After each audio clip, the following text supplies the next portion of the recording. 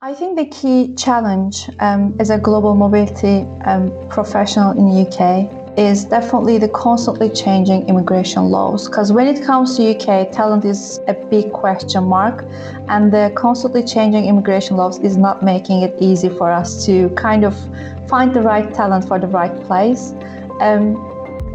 The good thing is, with these challenges, we also have a great opportunity of interest to UK. People are interested to come here and work in the UK. So we kind of balance that challenge with that benefit.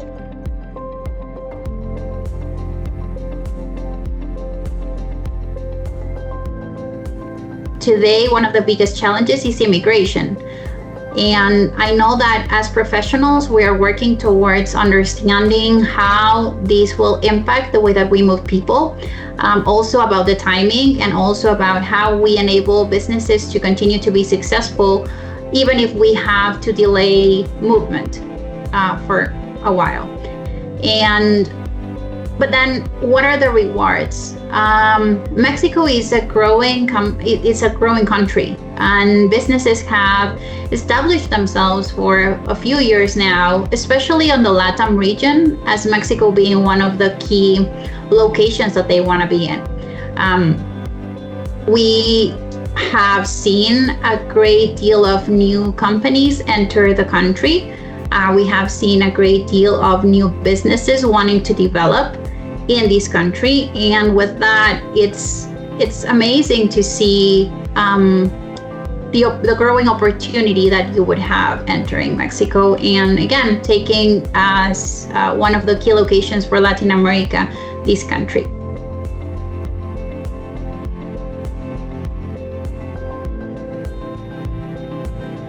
I think one of the biggest challenge in the Indian market is adaptability.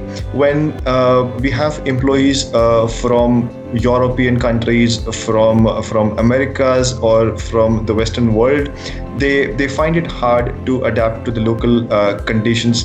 And there comes the role of the global mobility professional, where they need to handhold the employees in such difficult situation, and make them aware of the local culture, the local scenarios. How will it impact the settling in? How will it impact the transition from a Western world to a developing country like India? It really helps the employee that a global mobility professional is there to handhold them through the entire settling in period, and the global mobility representative serves as a single point of contact for the expatriate and their families. So I think it's important to have that kind of relationship with the expat employee, and build that camaraderie, so that they become they trust you, and they become aware of the local culture, local situation, and which could eventually ensure successful assignments.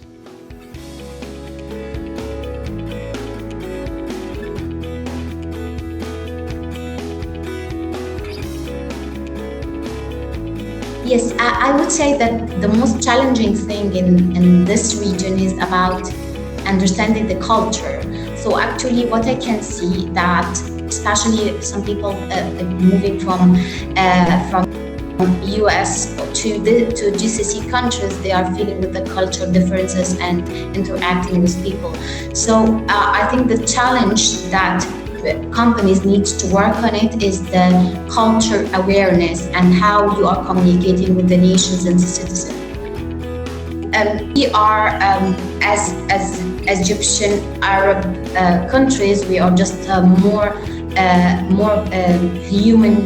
We like human interaction more than anything else. It's not an email, it's just interacting with the people face to face. So I think it's about the culture awareness.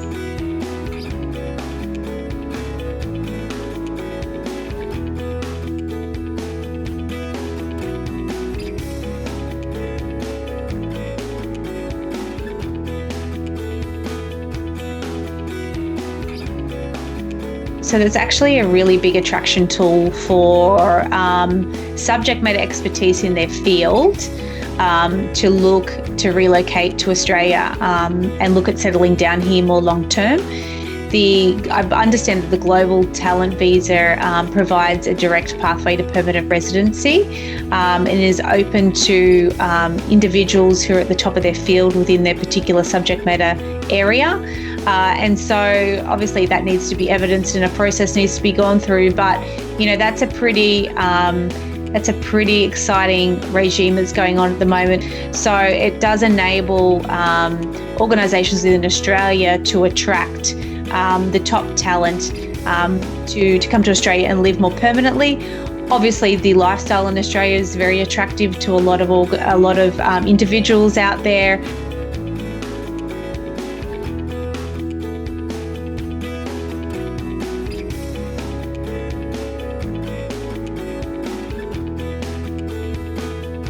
I think bringing people into the U.S. does have its own distinct challenges. The first and foremost, and it's critical and a big problem, is that these employees don't have a U.S. credit history.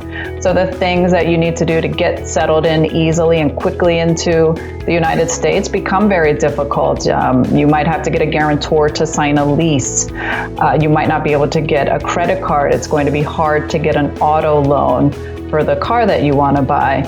So it becomes up to the responsibility of the mobility practitioner to make sure that they can source appropriate resources to help overcome that challenge. Canada has had a history of open borders and welcoming foreigners from all over the world for over 50 years.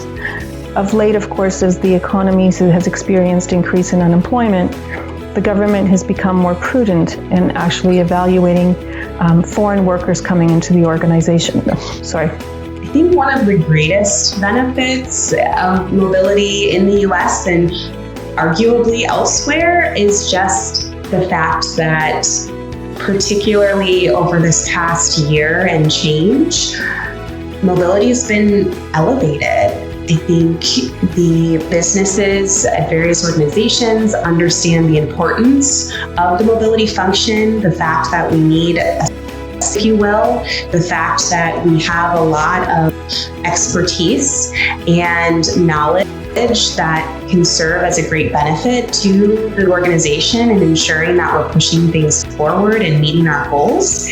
And I think that makes it even more exciting that we're able to have those conversations with various partners across the organization to ensure that we're moving forward.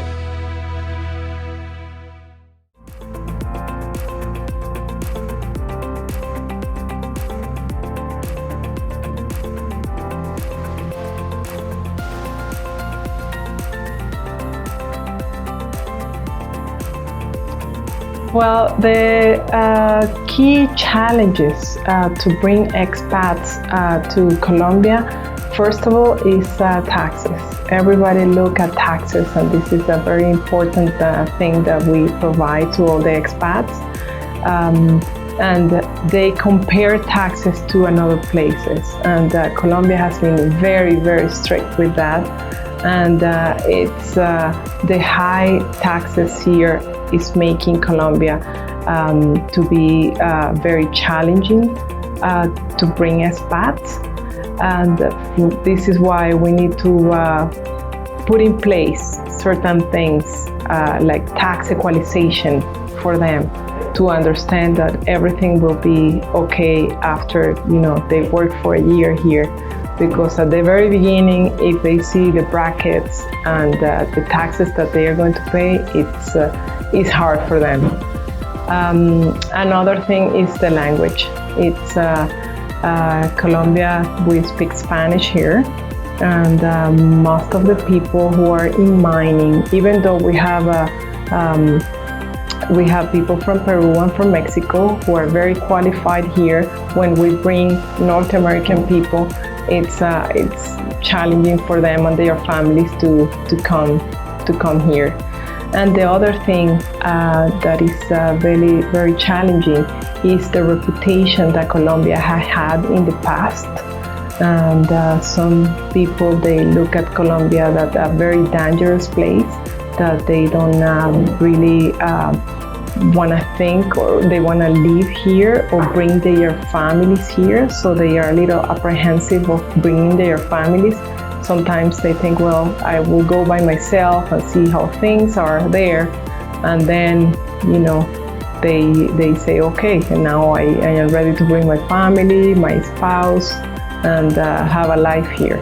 Yeah, these three things for me are the challenges that I consider about moving people to Colombia.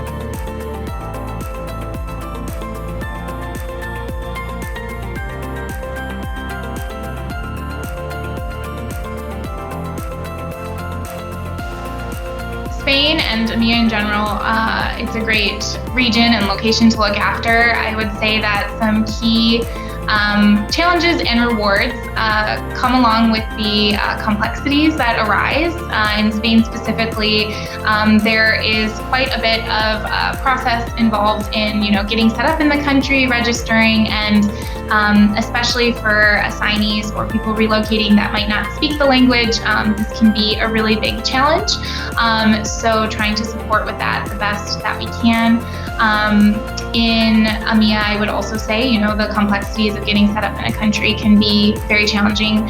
And so I think the reward ties in with the challenge in the sense that the ability to be able to work with and explain those challenges and put someone's mind at ease and make sure that we're focusing on communication and clear processes and eliminating any of the stress that we can, I think is really the reward when working in a country like Spain or a region like EMEA.